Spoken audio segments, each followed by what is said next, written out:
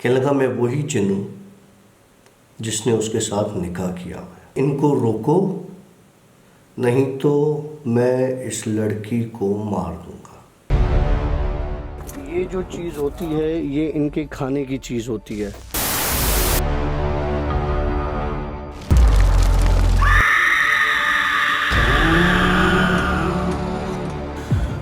Right friends, अस्सलाम वालेकुम, welcome to yet another the Bhoot show. और द भूत शो के साथ मैं हूं आशी और हमारे साथ मौजूद हैं हमारे versatile story teller doctor Kashif. Doctor साहब अस्सलाम वालेकुम। मिल चुके हैं लेकिन फिर भी हम बार बार मिलेंगे। अस्सलाम वालेकुम सर, कैसे हैं? मोहब्बत बढ़ती है, हाँ बहुत ज़्यादा बढ़ गई है। तब ठीक है आपकी? अल्हम्दुलिल्लाह। खांसी नहीं जा रही हुई तेरी? हल्की हल्की तो रहेगी ना, और कौन सी आदतें चली गई जो ये चली जाएगी। हाँ लेकिन मेरे साथ तो मुझे एक बात बताता हूँ, तेरी आदतों में से एक आदत अब भी बाकी है मुझे। मेरी आदतों में से? जर्नल एक बात बता रहा हूँ, तेरी आदतों में से ऐसी बात बोलिए, मैं घर पे पिटाई तेरी आदतों में से एक आदत बाकी रह गई है मुझ में कि रोज़ अक्सर रात को चाय के साथ तुझे सोचता हूँ। हाय हाय हाय हाय हाय। डॉक्टर साहब, आप शायर भी हैं, आप बहुत अच्छे स्केच भी बनाते हैं, आप और भी बहुत सारे कांड करते हैं, लेकिन मेरे ख्याल इतना काफ़ी है। स्टोरी भी चलते हैं, लोग बोलेंगे सारी चीज़ें आज ही गिनवा लेंगे। आप क्या सुनाने जा रहे हैं आज? याद है मैंने तुझे बोला था यार आशी, मेरे पास एक रूहानी हिसाब से एक मरीज़ आया, एक पेशेंट आया जो जिसके साथ कोई मसले मसाइल थे, और मैंने उनसे बात किया तो मुझे पिंक कलर की वोमिटिंग स्टार्ट हो गई थी। Oh yes yes yes, I remember. हुआ ये कि एक बंदा है, उसने मुझे कहीं से कांटेक्ट किया, कहने लगा कि काशिफ भाई मेरी बहन के साथ इशू है और मेरी बहन के साथ उस जिन ने निकाह कर लिया है। यस, ओके, ठीक है। मैंने कहा अच्छा। कहने लगा वो मुझे समझ में नहीं आ रही बात, इस बात को 4 से 5 साल हो गए। पहले होता ये था कि मेरी बहन जो है वो कट गई हम लोगों से, आहिस्ता आहिस्ता दूर होती गई, ख़ानदान में नहीं आती जाती थी, कहीं किसी शादी में नहीं आती जाती थी। तो हम कहते थे कि ठीक है ये घर पर है, इसका दिल नहीं है कहीं आने जाने का। अमूमन जिस तरह लड़कियों का होता है दिल आने जाने का, दावतों में ये वो। बहुत घुलने मिलने वाली लड़की अचानक कट के रह गई, सबसे रिजर्व हो गई। मतलब अक्सर ऐसे बच्चे करते हैं। हाँ ठीक है। एक उसकी पर्सनैलिटी जो है ना वो इंट्रोवर्ट किस्म की हो गई, मतलब वो किसी से ज़्यादा ना बात करना ना कुछ। कह रहा था हमने इस चीज़ को बहुत नॉर्मल लिया और हमें अंदाज़ा नहीं था कि इसके बैकग्राउंड पे क्या चल रहा है। बहरहाल तो कहने लगा कि हमने उसको नॉर्मल लिया। अब उसने अपने घर में हमसे भी बात करना कम कर दी और ज़्यादा तौर वक्त वो अपने रूम में गुजारती थी, रूम से बाहर नहीं निकलती थी। ओके, अच्छा। मैंने कहा फिर कि ना एक दिन उसके रूम से धाड़े मार के रोने की आवाज़ आई हमें। अम्मी उठी, गई उसके कमरे में तो देखा कि वो रो रही है और उसके बाजू पर स्क्रैचेस के निशान हैं। तो माँ ने समझा कि इसने खुद ने अपने नाखून वाखून मारे, कोई नोच है, लेकिन किस बात पे, क्यों? माँ ने इसको पूछा भाई क्या हुआ, तुम क्यों रो रही हो? कहने लगी कि अम्मी जो है ना मैं बता नहीं सकती, बस मैं बहुत तकलीफ़ में हूँ, मैं किसी को नहीं बता सकती। माँ ने उसको बहला फुसला के जिस तरह बड़े करते हैं कि जी चलो बात तो निकल आएगी, फिर उसका हम कोई ना कोई हल निकाल लेंगे। तो माँ ने पूछा काफ़ी, तो ये बेचारी जो है वो धाड़े मार के रोने लगी। माँ से कहने लगी कि कुछ अर्सा पहले मेरे कमरे में कोई चीज़ आई और मुझे पहले नज़र नहीं आई, उसके आने के एहसास ने मुझे उसकी तरफ अट्रैक्ट किया। अट्रैक्ट किया तो मुझे ऐसा लगा कि मेरे बॉडी में कुछ चेंजेस होने लगी हैं, कुछ चेंज हो रहा है। कहने लगी कि ये आहिस्ता आहिस्ता चीज़ बढ़ती गई। एक वक्त ये आया कि मेरे साथ वो चीज़ ज़्यादती करने लगी। ओके, अल्लाह। कहने लगी मुझे उस वक्त भी उसकी शक्ल नज़र नहीं आती थी, लेकिन मुझे ये फील होता था कि मेरे साथ कोई ज़बरदस्ती कर रहा, मेरे हाथ जकड़ जाते थे, मेरी टांगें जकड़ जाती थी और मैं हिल नहीं सकती थी और मेरे साथ कोई गलत काम होता। तो वो उसने अपनी माँ को बताया। बहरहाल उसकी माँ परेशान हुई, कहने लगी अब अभी क्यों रो रही हो? कहने लगी उसने कुछ अर्सा पहले मुझे कहा कि तुम्हारा और मेरा निकाह हो गया। बोला पहले तो वो महसूस होता था, लेकिन फिर वो लिटरली मेरे सामने आके खड़ा हो गया। मैं उसकी शक्ल बता नहीं सकती कि कितनी हैबतनाक शक्ल थी उसकी, और वो मेरे साथ वो सब कुछ करता है जो एक हस्बैंड अपनी वाइफ के साथ करता है, और वो कहता है कि मैंने तुम्हारे साथ निकाह कर लिया है।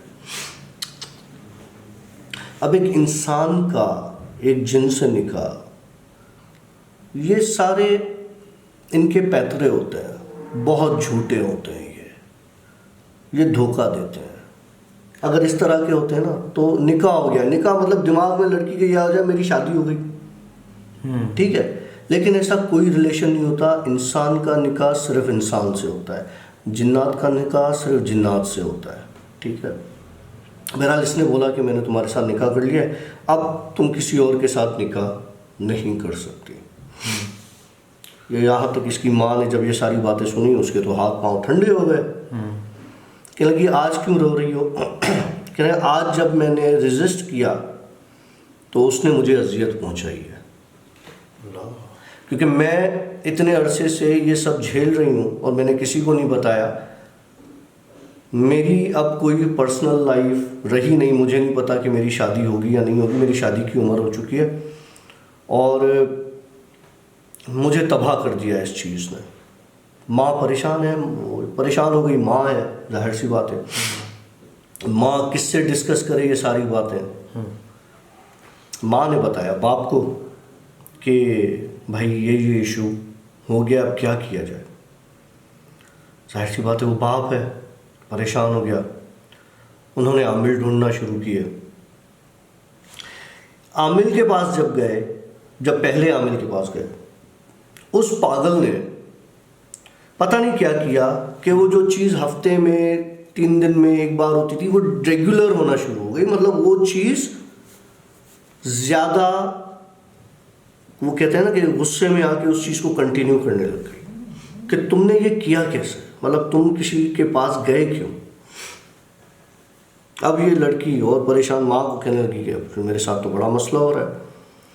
माँ ने कहा ठीक है, अभी तुम एक काम करो, मैं तुम्हारे साथ सो जाती हूँ, तुम्हारे साथ सोती हूँ, हो सकता है अकेली सोती हो तो तुम्हारे साथ ये इशू होते हो, तो मैं जो हूँ वो तुम्हारे साथ सो जाती हूँ। एक रात माँ उसके साथ सो गई। माँ सोई तो सुबह माँ के बाल कटे हुए मिले। अल्लाह। मतलब माँ के बड़े बाल थे और उन्होंने बाल सारे उसने माँ को काट दिए, तो बाल नीचे ज़मीन पे पड़े। माँ को पता ही नहीं चला, जब उठी देखी तो बाल ही नहीं है, बाल ज़मीन पर पड़े। अब क्या?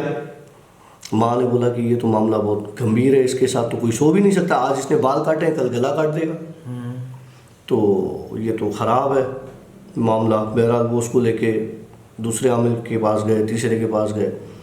इस तरह वो बताता है कि हमने कोई 4-5 आमिल के साथ जाके ये सारी बातें की। 4-5 आमिल जो एक दूसरे को जानते नहीं थे, हमसे एक दूसरे का नंबर लेके एक दूसरे से रब्ता किया कि हम 4-5 मिल के इस लड़की का इलाज करेंगे, अकेले का काम नहीं है। जनाब वो 4-5 आमिल बैठ गए, मतलब दुकान खुल गई। दुकान खुल गई। ओके। अब हुआ ये, जब उन्होंने पढ़ाइयाँ शुरू की तो लड़की की कुछ तबीयत बेहतर होना शुरू हुई। वो फिर उसका वो बताता है कि भाई कि वो उसकी कम हो गई है आना, ठीक है चीज़, अब वो उसे फील होती है सिर्फ वो चीज़। बहरहाल चलो फील होती है, ठीक है मान लिया।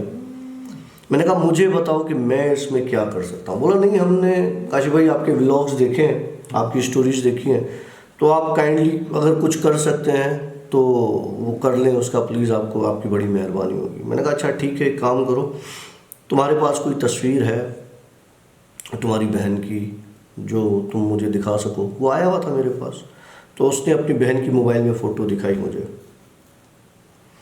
जैसे ही उसने मुझे फ़ोटो दिखाई मेरा सर भारी हो गया और मुझे उल्टी सा महसूस होने लगा, चक्कर आने लगे। अच्छा, मैंने उसको बिठाया, मैंने कहा 2 मिनट बैठ यार। मैं गया, मैंने उसको फील नहीं करवाया मेरी कंडीशन क्या हो रही है। मैं वॉशरूम में गया, मैंने वोमिट किया, मुझे पिंक कलर की वोमिटिंग हुई, कभी ज़िंदगी में नहीं, पिंक कलर की वोमिट।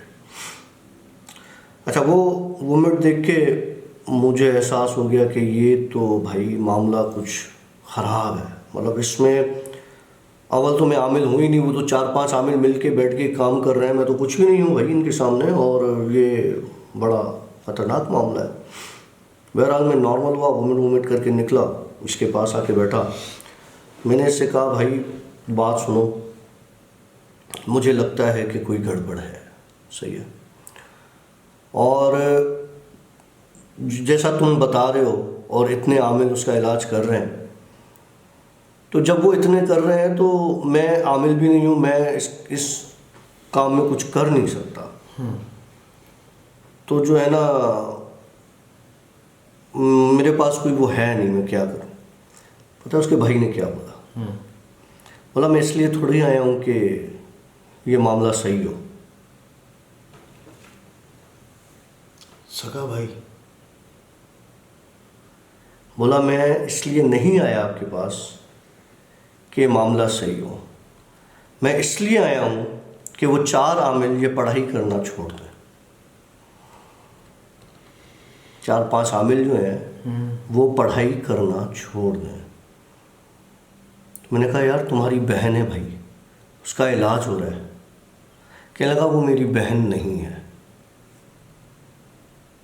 तुम्हारी बहन नहीं है? अभी तुमने मुझे फ़ोन पे कहा था तुम्हारी बहन है, तुम्हारी बहन के मुतालिक ये सारी बातें हैं। बोला वो मेरी बीवी है।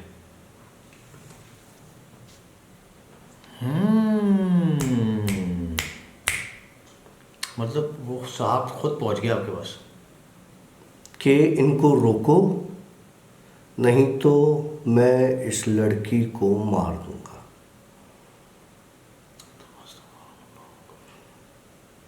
मैंने कहा भाई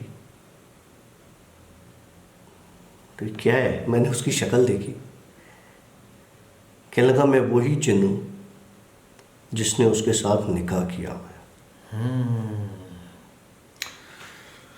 माफ करें, मैं उसको छोड़ूंगा नहीं, चाहे कोई कुछ भी कर ले। अगर तुमने कुछ किया तो तुम्हें भी नुकसान होगा।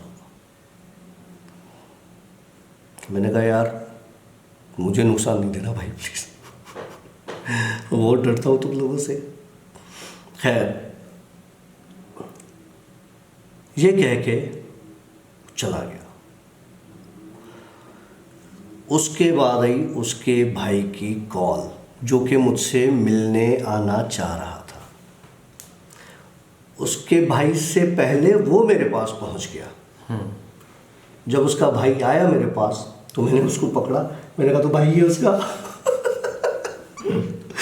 कि लगा क्या हो गया डॉक्टर काशिफ में, भाई है उसका भाई? मैंने कहा नहीं, वो तुमसे पहले भी उसका एक भाई आया था, पहले भाई था फिर मियाँ बन गया, मुझे समझ में नहीं आया। तो हैरान हो गया, क्या करूं? मैंने कहा यार देखो क्लियर मैसेज करके गया है, जिंदगी मौत देने वाली ज़ात अल्लाह की है बेशक। और मैंने पहले भी बताया इसी व्लॉग के स्टार्ट में कि ये बहुत झूठे होते हैं। उसे पता था उसका भाई मुझसे मिलने आ रहा है, क्योंकि वो वहीं पर मौजूद है जहाँ से उसके भाई ने कॉल की थी घर से, और उससे पहले वो मेरे पास आ गया कि मैं इनकी हेल्प ना कर सकूं। थ्रेट करने आया ना, तो झूठा है। मारना होता मार, 4 आमलों 5 आमलों के पास भी तो वो गए ना, तो मार देता उसको, लड़की को। क्यों नहीं मारा? कभी नहीं मारेगा। उसके भाई को मैंने सारा किस्सा बताया। मैंने कहा ये है, ये है, ये है, ये है। तो उसके भाई ने कहा कि अब हम क्या करें, एक ही बहन है हमारी और ये तो मारी जाएगी। और मैंने कहा कुछ नहीं होगा, कोई नहीं मारी जाएगी, और तुम बेफिक्र होके जो है वो जाओ, अल्लाह मालिक है। मैंने उसे कुछ आयतें दी, कुछ दुआएं बताई और उसको रवाना कर दिया। अच्छा, जब तक वो गया नहीं मेरे दिमाग में एक ही बात चल रही थी, यार ये इसका भाई है, कोई और है, भाई है, कोई और है। अब मैं आशी को भी, मैंने इस कल वाली एपिसोड में बताया ना, आशी को भी देखता हूँ कि तो आशी ही है ना भाई, कोई और तो नहीं है। तो उसका भाई चला गया। कुछ दिनों के बाद उसके भाई की कॉल आई, काशिफ भाई मेरी बहन का इंतकाल हो गया। अरे इन्ना लिल्लाहि व इन्ना इलैहि राजिऊन। मेरी बहन ने सुसाइड कर ली और सुसाइड कैसे की? खुद को जला दिया। कोई लड़की खुद को इतना आसानी से नहीं जलाती। जब अजियत बढ़ जाती है तो इंसान अपनी ज़िंदगी ख़त्म करता है। ऐसे कोई नहीं करता। ये ज़िंदगी ख़त्म करनी नहीं चाहिए, अपनी लड़ना चाहिए इन चीज़ों से। जब उसके भाई ने मुझसे ये बात की तो मुझे बड़ा दुख हुआ। मैं खामोशी से बैठ गया अपने लाउंज में। बड़ा दिमाग ख़राब हुआ पड़ा था मेरा। मैंने एक बात की, मैंने कहा यार तू आया मेरे पास, ऐसे ही अपने आपस में बात कर रहा हूँ जिस तरह अपने आप में बात करते हैं। यार तू आया मेरे पास, तुमने मुझे एक बात बोली, उसका भाई आया, मैंने उसे ये बात बताई, मैंने उसे कुछ पढ़ाई थी पढ़ने के लिए, और उसके बाद उसने सुसाइड कर ली। मैं बात ही कर रहा था तो वो चीज़ अपनी असल शक्ल में मेरे सामने आई। देखने में वो इतनी ख़तरनाक थी, इतनी हैबतनाक थी कि आपकी सोच है। मैंने उसे कहा कि तूने उसे मार दिया है। कहने लगा मैंने उसे नहीं मारा, मैं उसके पास गया था, उसने मुझसे कहा अगर तू अब मेरे पास आया या करीब आया तो मैं अपने आप को ख़त्म कर दूंगी। मैं उसकी बात समझा नहीं था, उसने ख़ुद को खुद ही मार दिया। मेरा उसमें कोई हाथ नहीं है। अब तुम्हारा हाथ कैसे नहीं है भाई? वो मरी तो तुम्हारी वजह से ना। तुमने उसको इतना तंग किया, तुमने उसको इतना तंग किया। अभी भी मैं कहता हूँ, अभी भी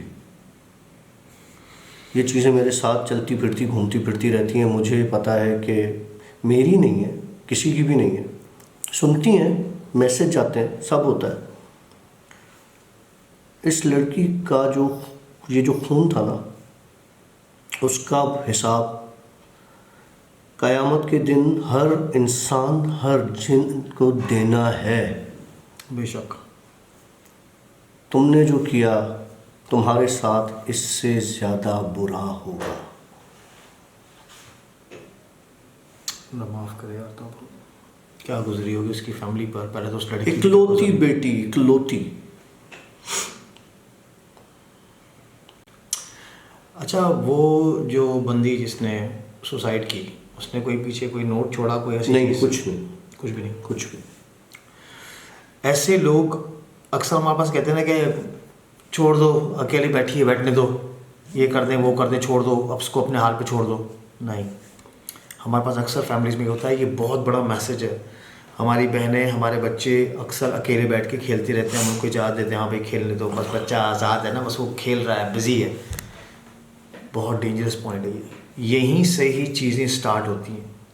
और जिस तरह काशिफ ने अपनी पुरानी स्टोरीज़ में बताया, काशिफ के साथ भी ऐसा हुआ था, आपके साथ भी ऐसे हुआ था। मैंने तो बताया था कि मेरा तो पाँव जब कब्र में गिरा था, जिस कब्र में मैं गिरा था और मैं निकलने की कोशिश कर रहा था, तब से ये चीज़ें मेरे साथ ऐसे लग गई।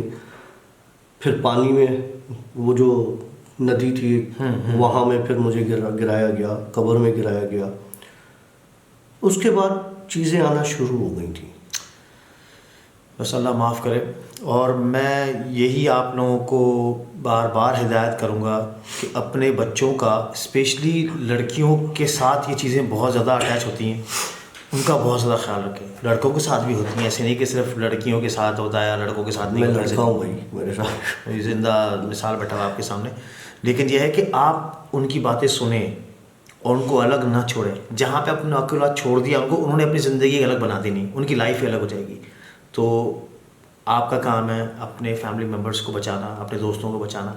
हमारा एक दोस्त था, अल्लाह उसको जन्नत में जगह दे, बहुत ज़बरदस्त ओके टेक। लेकिन उसके साथ मसला क्या होता था, जब उसको इतनी सी भी बीमारी होती थी ना, वो क्या करता था, अपने आप को लॉकडाउन कर देता था। मतलब घर से नहीं, हाँ बिल्कुल कम्प्लीटली आइसोलेट। माना अगर बुखार भी हो गया, अगर उसको ज़ुकाम भी हो गया, अगर उसको मतलब कॉन्स्टिपेशन भी हो गई, मतलब इतनी सी छोटी चीज़ पर भी वो अपने आप को आइसोलेट कर देता था। किसी के साथ मिलना मिलाना नहीं करता था, फ़ोन भी नहीं उठाता था। और उसकी जब डेथ हुई थी, तो यकीन माने उसकी डेथ से 3 दिन पहले, 2 दिन पहले हम लोग उसके घर पे जाते रहे कि भाई तू बाहर निकल, बाहर निकलेगा तो ठीक होगा, घर में बैठे बैठे और बीमार हो जाएगा। हम उसके पास गए, लेकिन वो घर से नहीं निकला। उसने ना हमारा फ़ोन उठाया। और यकीन माने 1 हफ़्ते के बाद जब हमने उसकी डेथ का सुना, तो आई वॉज शॉक्ड। और मुझे किसी दोस्त ने फ़ोन करके बताया कि यार उस दोस्त के घर पे, जो हमारा दोस्त, मैं नाम नहीं ले रहा हूँ, उस दोस्त के घर पे जाके देख जरा, कुछ हुआ है क्या। मैंने कहा क्यों, खैर है। कह रहा जाके देख। मैं ऑफिस में था, एकदम से निकला अपने ऑफिस से, सीधा मैं गया उसके घर पे। कुछ भी नहीं था, सब खाली, ओके टेक। सिर्फ उसका एक कज़न था, वो बाहर बैठा हुआ था। तो मैंने बोला यार दादा खैर तो है, क्या हुआ है। कहने लगा कि यार वो तुम्हारे दोस्त की डेथ हो गई। मैंने कहा मजाक कर रहा है कि यार। कह रहा नहीं, उसकी डेथ हो गई। मैंने आई वॉज शॉक्ड कि ये क्या हुआ। मतलब कभी भी अगर हमारे पास वो भी होता ना सिलसिला कि यार दोस्त नाराज़ है, छोड़ दो, 1 महीने के बाद ठीक हो जाएगा, 1 हफ्ते के बाद ठीक हो जाएगा, नहीं। मैं कहता हूँ उनके पास जाएँ, उनसे हाथ जोड़ के माफ़ी मांगे, भाई कोई गलती होगी, आई एम सॉरी, ज़िंदगी का कोई भरोसा नहीं, मिलना मिलाना रखिए उनके साथ। वेल ये स्टोरी एंड यहाँ पर। Well that was a magical story और बहुत कमाल स्टोरी थी। आई होप कि आप लोगों ने स्टोरी को एंजॉय किया होगा। अच्छा लगा है तो लाइक कीजिएगा, नहीं समझ में आई डिसलाइक कीजिएगा, हमें कोई एतराज़ नहीं इसमें। और कमेंट में अगर आप लोगों के पास भी कोई ऐसी स्टोरीज़ हैं तो प्लीज़ हमारे साथ शेयर कर सकते हैं। कमेंट में नहीं, मतलब कमेंट में बताइए कि क्या होना चाहिए, क्या नहीं होना चाहिए। और साथ में अपनी स्टोरीज़ हमें आप शेयर भी कर सकते हैं। ईमेल करें, डिस्क्रिप्शन में आपको सब कुछ मिल जाएगा। और अगर आप डॉक्टर काशिफ के साथ कनेक्ट होना चाहते हैं तो डॉक्टर काशिफ की इंस्टा की आईडी है kashif.akh। आप काशिफ से कनेक्टेड हो सकते हैं। इंसान सिर्फ, प्लीज़। Yes of course. और कुछ लोग बोलते हैं कि काशिफ भाई इंस्टाग्राम रिप्लाई नहीं करते हैं, हमारी फ्रेंडशिप वो रिक्वेस्ट एक्सेप्ट नहीं करें, इस तरह कुछ होता है। तो भाई ये भी इंसान है, ये भी 50 काम कर रहा होता है। तो 1 दिन, 2 दिन, 3 दिन वो आपकी हो जाएगा काम, परेशानी नहीं। वेल हम यहाँ से लेंगे आपसे इजाज़त और कल मिलेंगे आप लोगों के साथ एक नई धमाकेदार स्टोरी के साथ। तब तक के लिए सी या बाय, अल्लाह हाफिज़। जाने से पहले बहुत लोगों ने ये कहा है कि काशिफ भाई हम आपकी स्टोरी शेयर कर सकते हैं। तो जनाब आप स्टोरी शेयर कर सकते हैं, लेकिन एटलीस्ट हमें कॉम्प्लीमेंट ज़रूर दे दीजिएगा कि हाँ भाई ये जो है द भूत शो की स्टोरीज़ है, आप शेयर कर सकते हैं, हमें कोई एतराज़ नहीं है। सी या बाय, अल्लाह हाफिज़। अस्तगफिरुल्लाह इन्नल्लाह गफूरुर रहीम। ये जो चीज़ होती है ये इनके खाने की चीज़ होती है।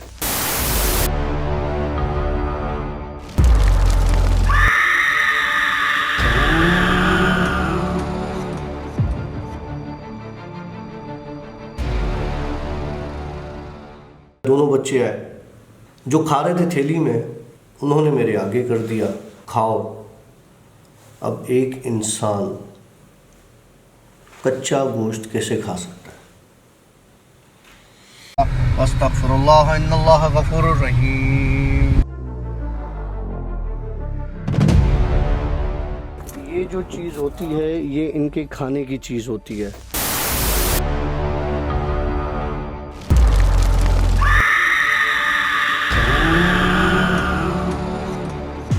Alright friends, welcome to yet another the Bhoot show. और भूत शो की एक और धमाकेदार स्टोरी के साथ मैं हूँ आशी और हमारे साथ मौजूद हैं डॉक्टर काशिफ। सर कैसे मिजाज है? ज़बरदस्त। सब ठीक ठाक। यार वो तूने एक स्टोरी बताई थी हमें, वो जिसमें आंखें ही आंखें थी, हाँ, वो वाली इमेज जो है वो मुझे नहीं मिली है। अगर आज वाली स्टोरी में वो शेयर कर दे तो कर दो। वो मेरे पास पड़ी है अभी, मेरे पास भी वो नहीं थी असल में, मैंने फिर मंगवाई है। तो वो आप दिखा सकते हो मोबाइल में, यहीं से यूँ करके हम यूँ करके दिखा देंगे आप लोगों को। क्या है कि हमने जो 2 दिन पहले एक स्टोरी शेयर की थी डॉक्टर काशिफ ने, और उसमें डॉक्टर काशिफ ने कुछ विजुअलाइज़ किया था और ख्वाब देखा था वो। तो उस ख्वाब में डॉक्टर साहब ने एक चीज़ देखी थी और उसके बाद फिर उनके सामने आना, बहुत सारी चीज़ें ऐसी हुई। तो उस स्टोरी में आँखें ही आँखें, लेकिन उसमें उसकी एक असली आँख है। तो डॉक्टर साहब मेरे ख्याल से यहीं पे उस चीज़ को ज़रा डिफ़ाइन करेंगे और वो तस्वीर भी आपको दिखाएंगे, क्योंकि अगर हम तस्वीर आपको सिर्फ दिखा देते आपको समझ में नहीं आती। ठहर जा, मैं इसको फोकस करता हूँ। ये आ जा। ओके ओके ओके, हाँ भाई, तो ये है वो स्टोरी, मतलब ये पिक्चर। अब इस पिक्चर में आप ज़रा समझाओगे डॉक्टर साहब इधर से। ये जो राइट साइड पर आँख है, कौन सी वाली? राइट साइड पर ऊपर, हाँ, ये जो आ रही है, ये वाली नहीं, इसके बराबर वाली, ये वाली, हाँ ठीक है। ये इसकी रियल आँख है। ओके, ये पिक्चर मैं आपके साथ इस पर शेयर कर लूँगा, एंड में आशीष शेयर कर लेगा। इसकी एक बड़ी ख़ास बात है, ये आपको देखती है, जो मैंने उस दिन भी बताया था कि आपको देखती है, तो मतलब ये आपको देखती है। अगर मैं इसको घुमाऊंगा तो मतलब इधर से भी देखेगी। देखो, ये तुम्हारे लिए एक छोटा सा, मैंने इसको जूम कर दिया, इसकी शक्ल देख लो सिर्फ तुम, तुम्हें कितनी रियल लगती है। हाँ, ठीक है। ठीक है, अब इसको तुम घुमाओ तो उसकी वो आँख, ये वाली आँख, ये वाली जो इधर है, ये वाली आँख, इसको अगर मैं घुमाऊँ तो ये तुम्हें वहाँ देखेगी जहाँ तुम चाहोगे, जहाँ तुम होगे। अगर मैं इसको घुमा रहा हूँ तो आप लोगों को क्या फ़ील हो रहा है ज़रा बताइएगा। खैर, वैसे भी ये पिक्चर इंशाल्लाह ताला मैं इसको इसका जो है ना एक्चुअल जो फ़ोटो होगा वो मैं स्क्रीन पे दिखा दूँगा। तो हो सकता है वहाँ पर शायद आप लोगों को, एक मिनट ठहरिएगा, यहाँ पर आने के बाद तो ये शायद आप लोगों को जो है वहाँ पर कुछ बेहतर नज़र आएगी। उसको आप जूम करके भी देख सकते हैं, अगर आप चाहें तो उसको प्रिंट करके भी देख सकते हैं। तो उसमें प्रिंट करने की गलती नहीं करना। अच्छा, इसी से ही देख लेना, मुझे नहीं पता कि उसके बाद क्या हो। अच्छा, मुझे और बता इस पिक्चर में और क्या क्या है। देखो, इस पिक्चर को मैंने लास्ट स्टोरी में बताया था कि ये मैंने ख्वाब देखा था, उसमें ये औरत थी जिसके पूरे चेहरे पर आंखें ही आंखें थी। ठीक है, ठीक है। और भी सारी औरतें थी, लेकिन ये जो औरत थी, ये जो थी, ये मेन औरत थी उसकी ख्वाब की, ओके, जो कि बाद में सच में मेरे सामने भी आई। ठीक हो गया। और ये जो साइड में सारी हैं, ये औरतें हैं सारी? ये वो औरतें हैं जो अलग अलग रूप में एक ही औरत आती है। ओके, और ये सारी औरतें एक ही, आपने ये बताया था? हाँ। तो वेल, ये तस्वीर मैं आपको दिखा रहा हूँ, आप लोग इसको अच्छे तरीके से देख लें। और कह रहे हैं डॉक्टर साहब कि इस तस्वीर को आप कहीं से भी देखेंगे तो आपको ऐसे लगेगा कि ये तस्वीर यहाँ से भी आपको देख रही है, यहाँ से भी आपको देख रही है, ऐसे लग रहा है। और इसमें एक भी आँख मैंने खुद से नहीं बनाई, ये तस्वीर मैंने अपने हाथ से नहीं बनाई। हाथ इनके इस्तेमाल हुए, मेरे इस्तेमाल हुए, लेकिन मुझे नहीं पता कि ये कैसे बनी। तो भाई, ये है तस्वीर का जादू। और ये तस्वीर डॉक्टर साहब ने खुद स्केच की है, लेकिन डॉक्टर साहब कहते हैं जब मैं बना रहा था तो मेरे हाथ मेरे कंट्रोल में नहीं थे। और अब इस तस्वीर में कुछ करामत है। आप खुद देखो नाशी, देखो ये आँख देखो। ठीक है, ठीक है।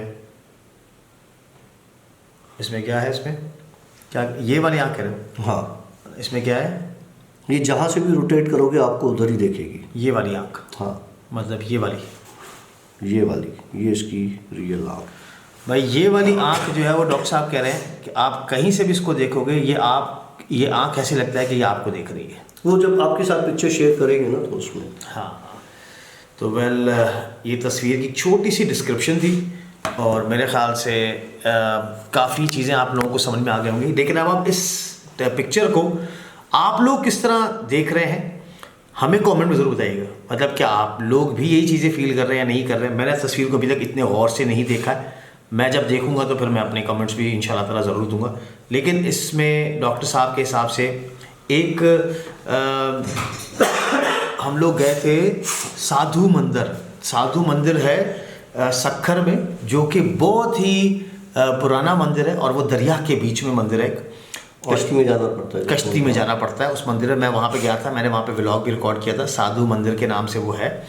तो आशी डेली व्लॉग्स पे आप व्लॉग देख सकते हैं। उस साधु मंदिर में हमें वहाँ के पुजारी ने एक तस्वीर दिखाई दी। उसने कहा था कि ये जो पेंटिंग है, आप इस पेंटिंग को गौर से देखें, अब आप इस कोने में चले जाओ, अब आप उस कोने में चले जाओ, अब आप सामने से देखो, तो ये तस्वीर सारी हर जगह से ये तस्वीर आपको देख रही है। ये भी ऐसे ही है।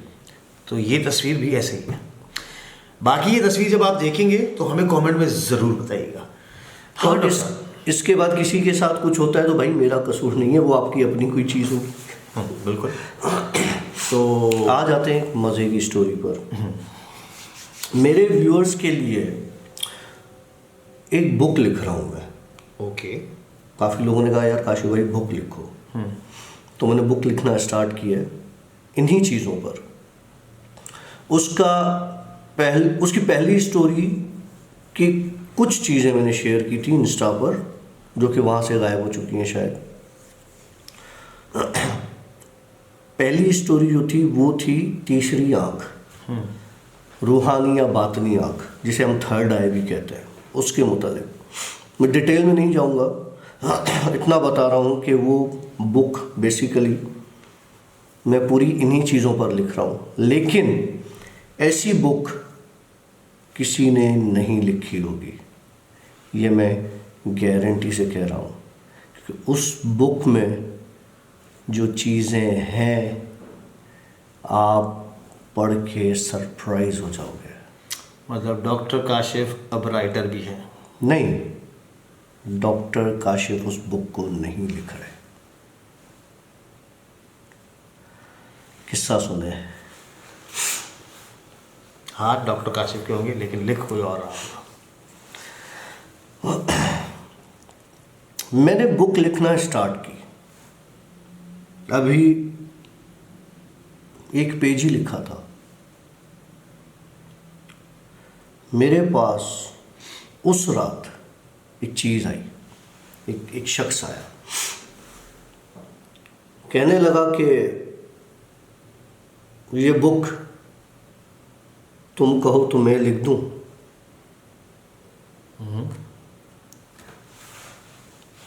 अगर मैं उसके साथ उस वक्त उस चीज़ का सौदा कर लेता तो मैं सारी ज़िंदगी उसका ग़ुलाम बन जाता। मैंने उससे कहा, साईं आपका रास्ता अलग, मेरा रास्ता अलग। मैं जिस तरह से इस बुक को लिखना चाह रहा हूँ मैं उसी तरीके से लिखूँगा। बोला नहीं, मैं ऐसी बुक लिखूँगा कि तुम्हारी ये बुक इतनी चलेगी, इतना चर्चा होगा कि तुम्हारी सोच है। मैंने कहा मुझे इंसानी रहने दे भाई, ठीक है, लिखूँगा मैं ही, जैसी भी होगी जो भी होगी वो बुक मैंने ही लिखनी है। तो बहरहाल वो चीज़ चली गई। होने क्या लगा, 2 पेजेस लिखे मैंने एक रात में। दूसरी रात में जब सुबह में उठा तो दूसरे दिन शाम में मेरे पीठ पर ब्लैक पंजे थे, स्कार्स थे, वो स्कार कह रहा हूँ, क्लॉज के वो थे, स्क्रैचेस। दिखाता हूँ आपको वो भी मैं बाद में।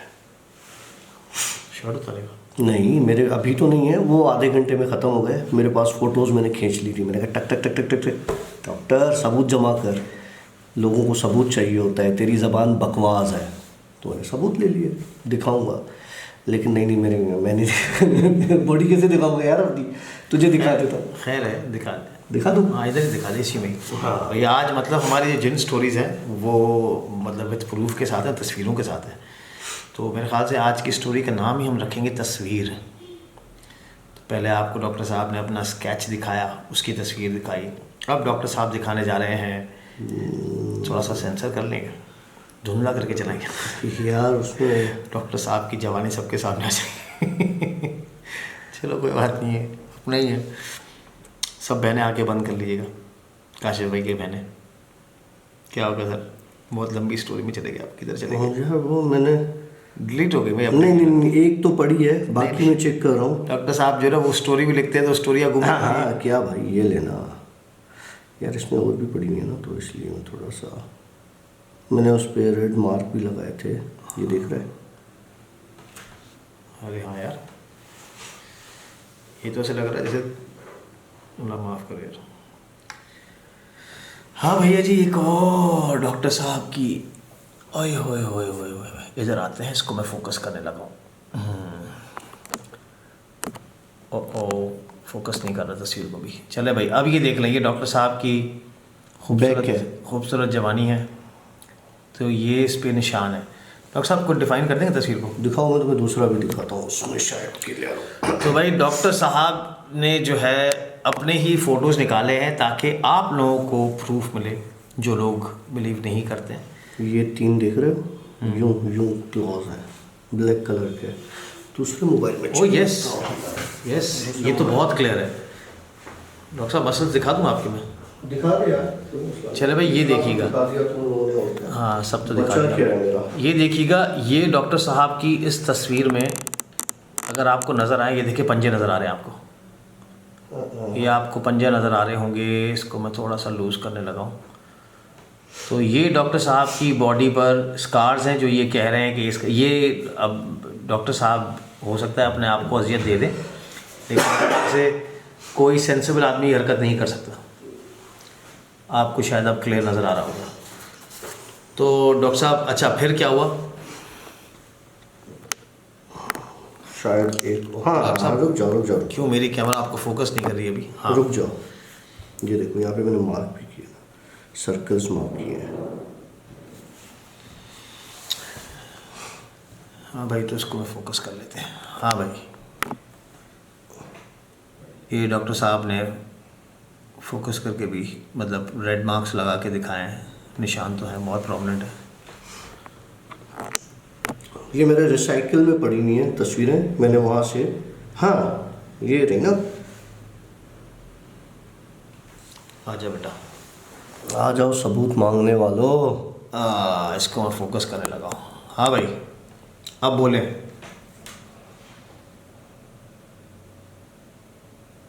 अब आप देख सकते हैं इस तस्वीर को, ये सारे यहाँ तक तो मेरा हाथ भी नहीं जा सकता मेरे भाई। तो ये है वो चीज़ जो डॉक्टर साहब कह रहे हैं कि इनके ऊपर वो स्टोरी लिखने के बाद जो उसके दूसरे दिन अटैक हुआ है। अच्छा फिर? बहरहाल हुआ ये कि शदीद जलन हुई, मैंने शर्ट रिमूव की, ये मार्क थे मेरे पूरी बॉडी पे, अपर बॉडी पे, जिसमें जलन हो रही थी बहुत सही वाली। बहरहाल मैंने फ़ोटो ले लिए। अब मुझे ये अंदाज़ा नहीं था कि ये कब ख़त्म होंगे, जलन बहुत ज़्यादा हो रही थी। आधे घंटे के अंदर, आधा घंटा भी बहुत बड़ा है, सारे निशान गायब हो गए।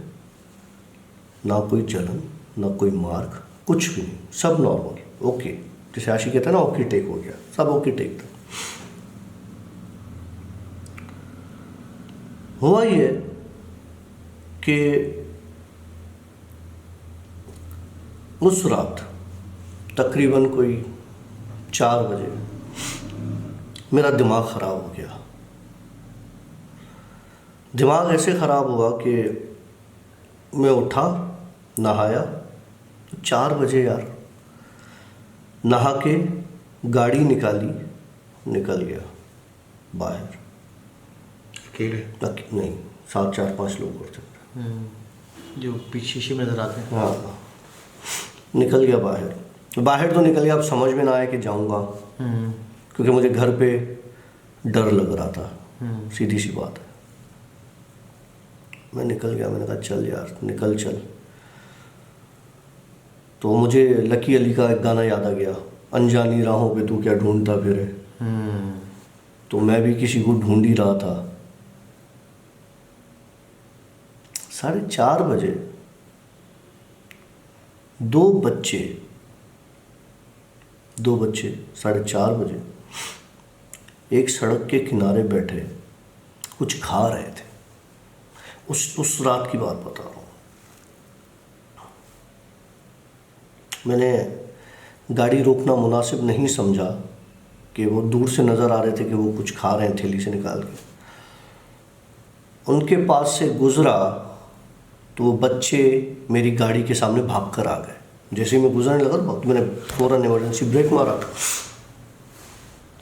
मैंने कहा ये तो साले पागल है, वो गाड़ी रोकनी पड़ गई। शीशा नीचे किया, दोनों बच्चे आए जो खा रहे थे थैली में, उन्होंने मेरे आगे कर दिया, खाओ खाओ।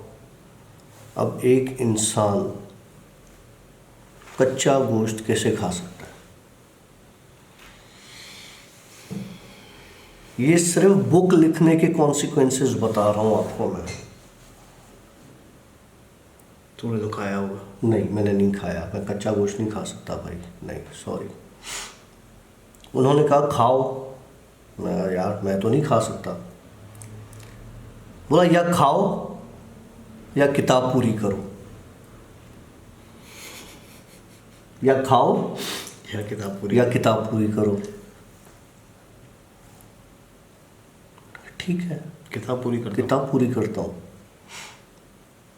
मैंने कहा कि इसके आगे मैं कहीं नहीं जा रहा, वापस घर जा रहा हूँ कि आगे पता नहीं कौन चीज़ आके खड़ी हो जाए, किताब पूरी करो। अरे भाई मेरी मर्जी है, मेरी जिंदगी, मैं लिख रहा हूँ किताब।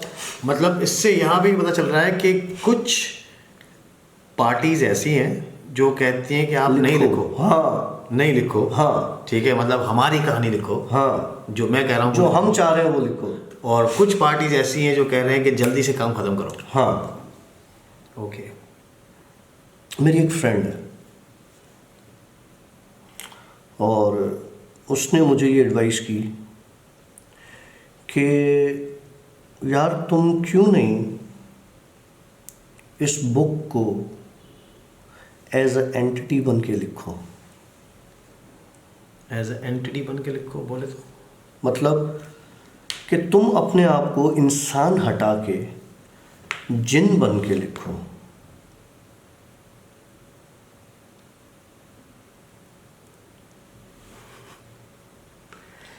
कैसे चलता हूँ, कैसे खाता हूँ, कैसे पीता हूँ, कहाँ रहता हूँ, कहाँ से आता हूँ, कहाँ जाता हूँ, क्या करता हूँ, कैसे शादी होती है, कैसे बच्चे होते हैं, कैसे हम बढ़ते हैं, कैसे हम आगे जाते हैं, कैसे हम लड़ते हैं, कैसे हम किसी के ऊपर हावी हो जाते हैं। ये बुक आम बुक नहीं होगी, बहुत कुछ मिलेगा इस बुक में आपको। तू है तो डॉक्टर काशिफ ना, लग तो इंसान ही रहा है।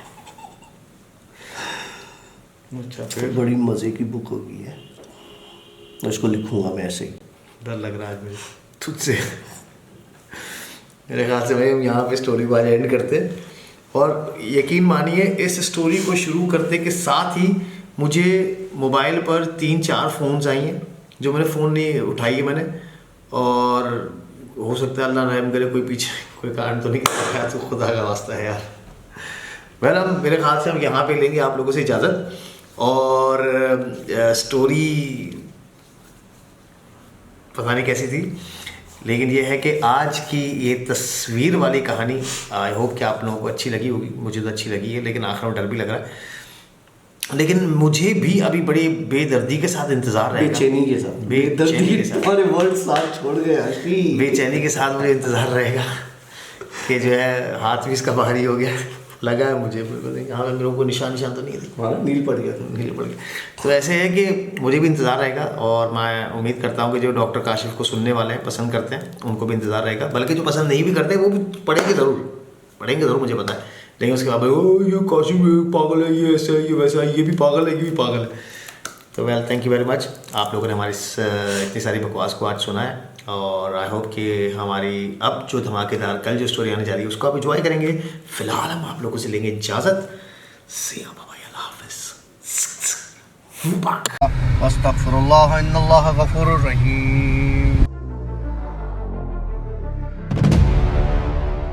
ये जो चीज़ होती है ये इनके खाने की चीज़ होती है।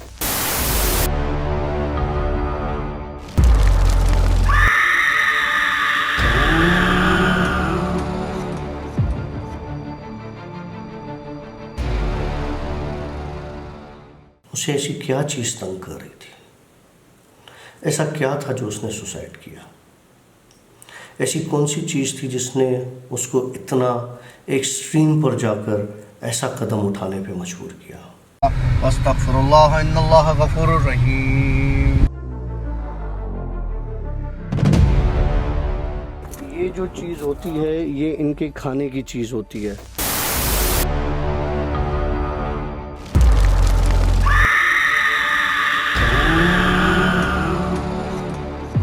Alright friends, अस्सलामुअलैकुम, welcome to yet another the book show. मैं हूँ आशी और हमारे साथ मौजूद हैं डॉक्टर काशिफ। सर अस्सलाम वालेकुम। वालेकुम अस्सलाम। ये हम आज के दिन में 3 बार सलाम कर चुके हैं। 3 बार सलामती आ गई ना हमारे ऊपर, अब कुछ नहीं हो सकता। माशाल्लाह माशाल्लाह माशाल्लाह। तो ऐसे है कि आज जो है, आज की जो स्टोरी है, मैंने उसके टुकड़े सुने हैं, मतलब लुकमात उसके मैंने सुने हैं, और बड़ी ही ख़तरनाक स्टोरी है। और मेरे हिसाब से ख़तरनाक है। आई डोंट नो कि आप लोग उसको किस तरीके से लेते हैं। सुनते हैं स्टोरी डॉक्टर काशिफ से। जी डॉक्टर साहब। आप ज़िंदगी में जिससे बहुत ज़्यादा प्यार करो, जो बहुत ज़्यादा चाहो, जिसके साथ आप डिसाइड करो कि मैंने अपनी पूरी लाइफ स्पेंड करनी है, जिसके साथ आप चाहो कि मैंने फैमिली बनानी है, आगे बढ़ना है, साथ जीना है, साथ मरना है, और अचानक एक दिन आपको पता चले कि उसकी डेथ हो गई, और डेथ ऐसी कि उसने सुसाइड कर ली, तो इंसान की ज़िंदगी बिल्कुल ख़त्म हो जाती है। वो ऐसे टूटता है कि फिर उसको समेटने के लिए सदियां लग जाती हैं, मगर वो फिर उसे कोई समेट नहीं सकता। आ जाते हैं लोग रिप्लेस कर लेते हैं, लेकिन वो रिप्लेसमेंट बहुत अच्छी होती है, आप उससे बहुत खुश होते हो, वो आपको बहुत कुछ देती है, लेकिन जो आप खो चुके होते हो वो आप खो चुके होते हो। स्टोरी एक ऐसे बंदे की जो मेरी तरह का था, मेरे जैसा ही था, और मैं जानता हूँ उसको। जब उसने मुझे ये स्टोरी अपनी शेयर की, बताई, तो लिटरली मेरी आंखों से आंसू निकल आए। तेरे लफ्ज़ों में माशाल्लाह वो जान है।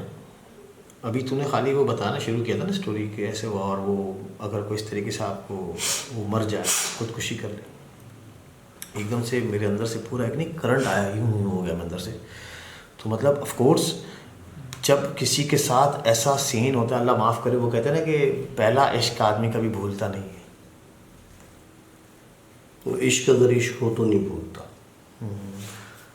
किस्सा सुने, बड़ा मज़े का है।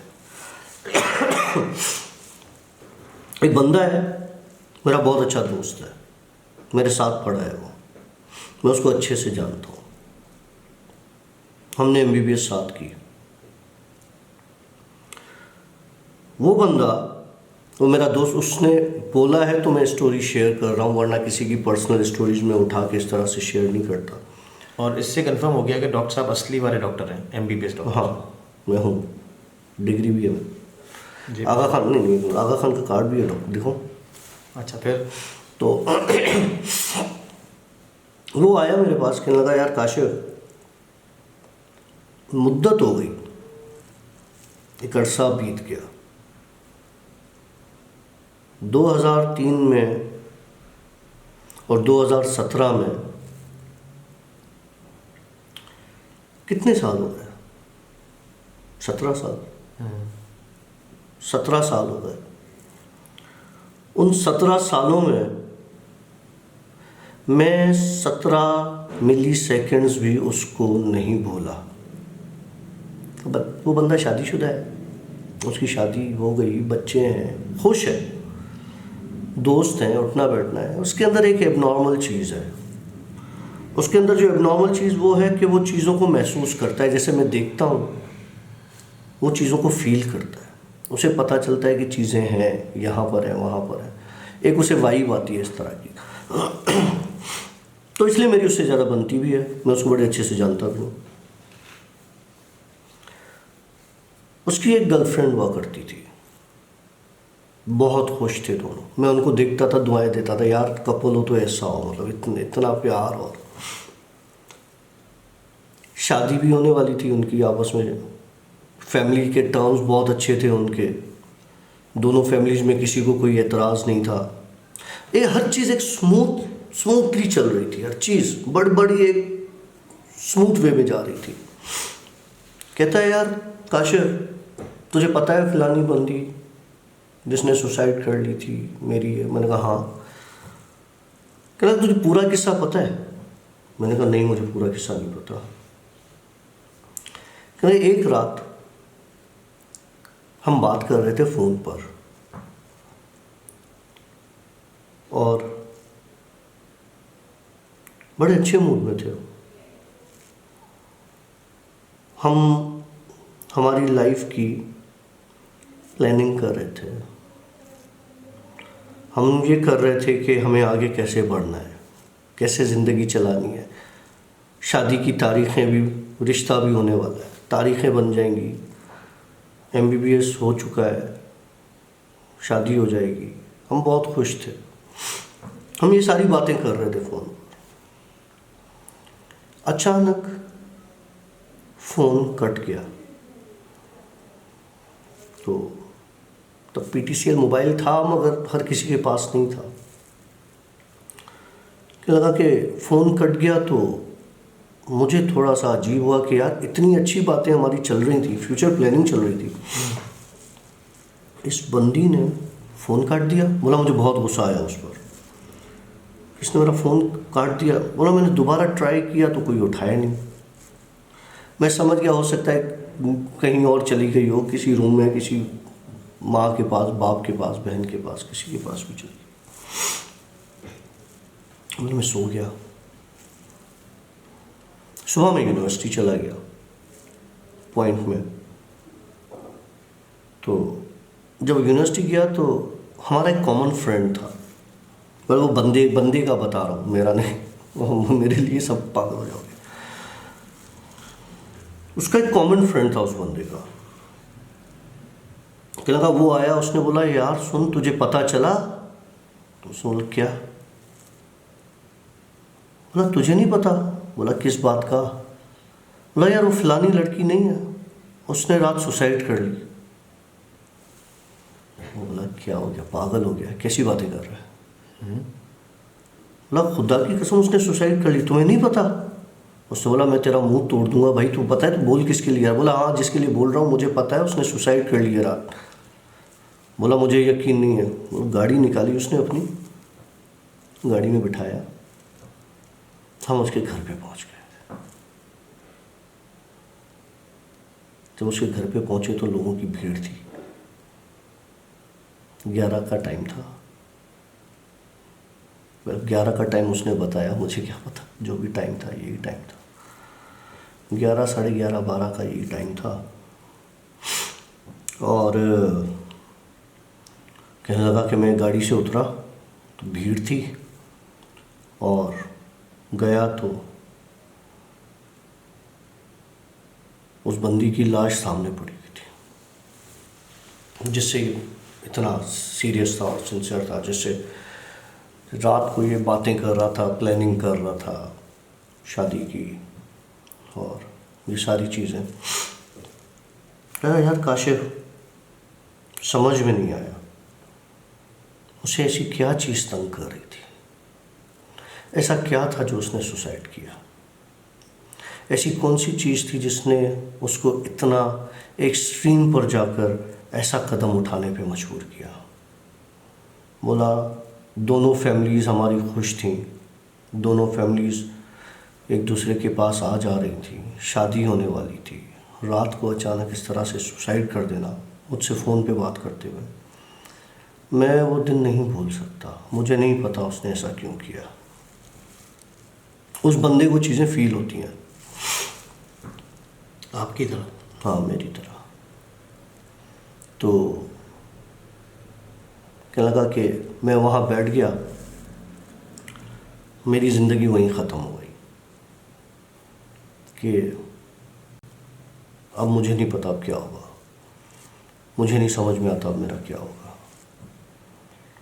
क्योंकि मैं जो था वो तो मर चुका था, अब बाकी रह गया था जिस्म। उसने चलना था, जितना चलना था उतना चलना था। मैंने कहा लोग आते हैं चले जाते हैं, रिप्लेसमेंट्स होती रहती हैं, हर बंदे की अपनी एक जगह होती है इंसान के अंदर में। स्टोरी लंबी हो जाएगी इसलिए मैं थोड़ा सा शॉर्ट करके बताता हूँ। क्या लगा काशिफ, उसके बाद मेरा एक फड्डा पड़ गया इन चीज़ों के साथ, क्योंकि मेरे साथ एक औरत थी जो बर्दाश्त नहीं करती थी उसको, जो कि 1000 बार मेरे ख्वाबों में आई और मुझे ये धमकी दी कि इसको छोड़ दो, तुम इसके नहीं हो सकते, इसको छोड़ दो, इसको छोड़ दो, इसको छोड़ दो। मैं तुम्हारे साथ हूँ, तुम्हारी हर ख्वाहिश पूरी करूँगी, तुम्हें कामयाबियों तक ले जाऊँगी, तुम्हें सब करूँगी। बोला वो एक ख्वाब आता था मुझे, जो कि मैंने उसको बताया भी था उस लड़की को। तो वो लड़की हंस के कहती थी कि यार अगर तेरी मोहब्बत में मुझे मौत भी आ जाए तो मुझे मौत कबूल है।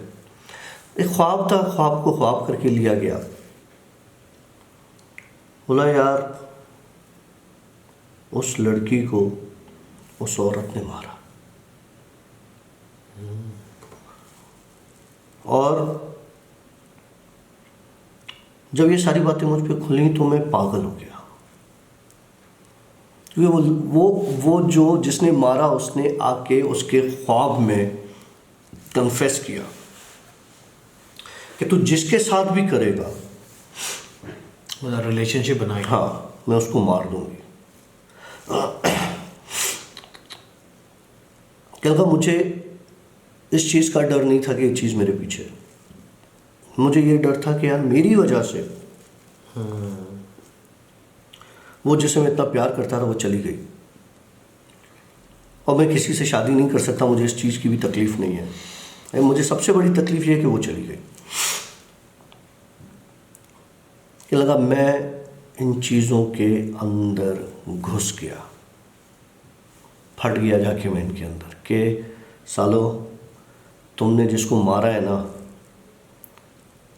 वो कोई हल्की बंदी नहीं थी, वो मेरी बंदी थी, और मैं अब छोड़ूंगा नहीं दोनों को। ये कह के वो बंदा रो पड़ा, और रो, मेरी आंखों में भी आंसू आ गए कि यार इंसान है और किस तरह से कोई इस तरह से मतलब ऐसे हो जाता है, अचानक चीज़ें बदल जाती हैं। वो कहने लगा कि मैंने उसके बाद अपने आप को हर तरीके से मारने की कोशिश की। मैं ऐसी ऐसी जगहों पर जाता रहा। बोला मैं कब्रें जो टूटी हुई होती है ना उनमें जाके अपने ऊपर मिट्टी डाल देता था, नहीं कि यहीं मर जाऊं, कोई मारे तो मारे तो। बोला एक दिन ऐसा आया कि मुझे मारने चीज़ें आ गई, बहुत अजियत दी, चोटियाँ मेरा गोश्त नोच रही थी, चमड़ी नोच रही थी, सांप मुझे डंक मार रहे थे। बोले ये ख्वाब नहीं था, मैं जिंदा था उस वक्त। मुझे यहाँ से काटा, वहाँ से काटा, यहाँ से चीरा, वहाँ से चीरा। क्या मैं बहुत अजियत सही, लेकिन जब मेरे सामने वो लड़की आ जाती थी, उसकी शक्ल आ जाती थी, तो वो अजियत मेरे लिए अजियत नहीं रहती थी।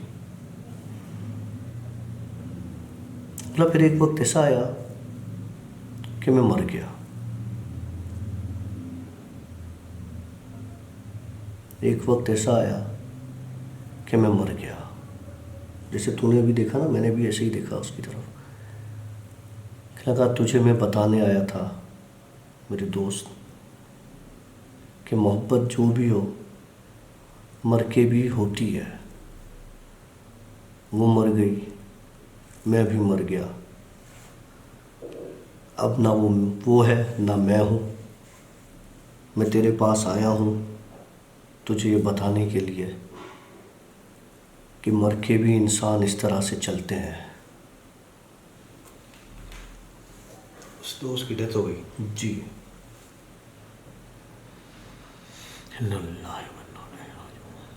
तेरे दोस्त की डेथ। क्या हो गया? अबे तेरे दोस्त ही था, तू भी जानता था उसको। कौन नाम? बाद में बताऊंगा। यार तूने आज के दिन में 2 बार फील दिलवाया, तू है तो डॉक्टर काशिफ ही ना। हाँ हाँ, तो क्या हुआ? मेरा दोस्त छोड़ के मत जाएगा यार, सब रो पड़ेंगे। मैं कहीं नहीं जा रहा, मैं इतना आसानी से नहीं चल रहा। वैसे मैंने काशिफ को जब हमने इसके घर पे ब्लॉग किया था, जब हमने इसके घर पे जिन स्टोरीज रिकॉर्ड की थी, उस स्टोरी में मैंने इसको डिफरेंट पाया था। और गालिबन जहाँ तक मुझे याद पड़ा, शायद वो दिन जुमेरात का दिन था। यस। हम इसको कह रहा था, काशिफ तू तो काशिफ नहीं है, क्या हो गया तेरे को आज? कह रहा मैं थका हुआ बहुत।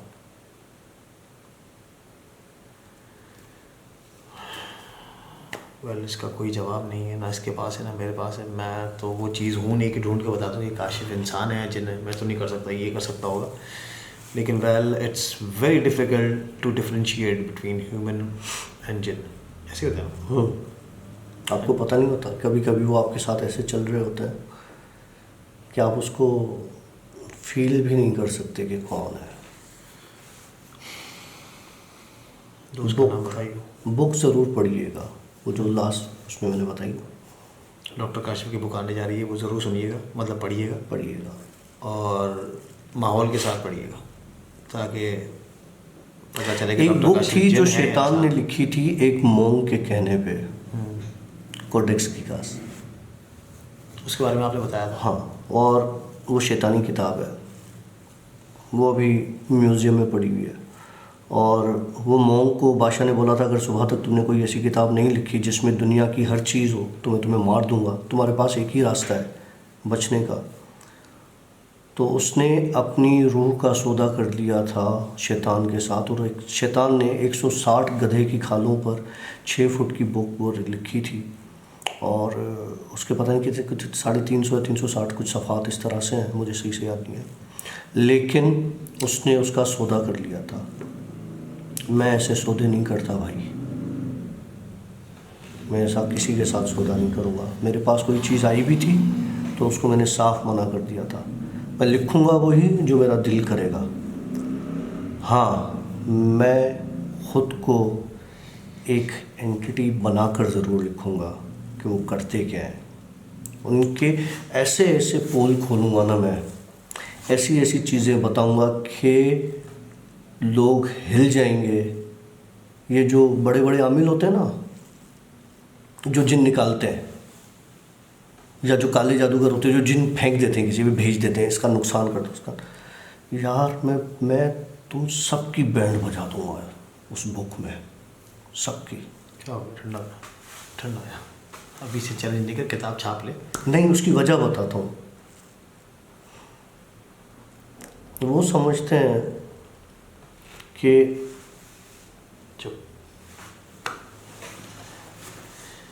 ये हरकत करके ये अपने आप को एक तरह का चैलेंज दिलवा रहा है, और किताब लिखने से पहले कुछ हो ना जाए इसको, तो मेहरबानी करके अल्लाह का वास्ता चुप, खामोशी से अपना काम करो। वैसे भी कहते हैं कि कोई भी काम किया जाए तो वो खामोशी के साथ किया जाए।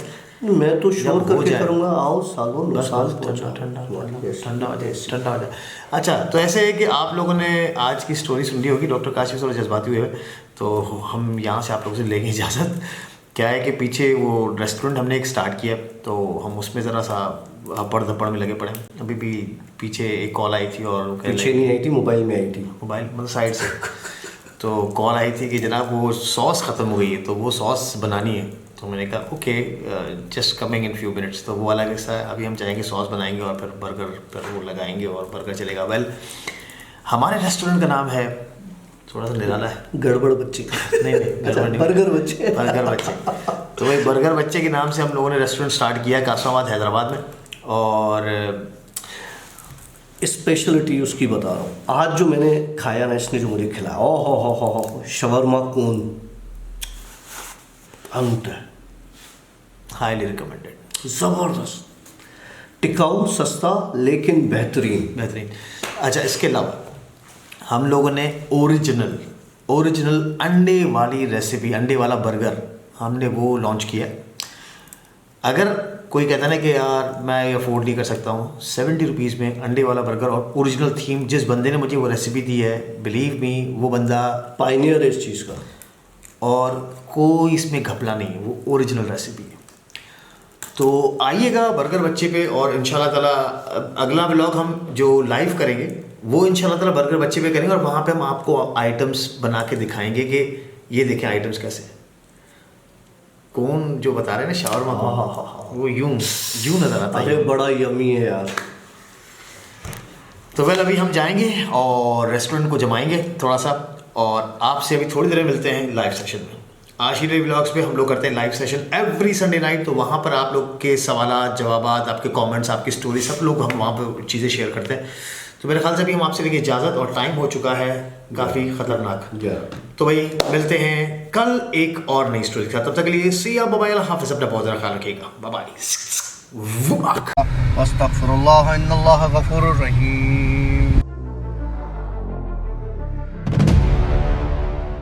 ये जो चीज़ होती है ये इनके खाने की चीज़ होती है।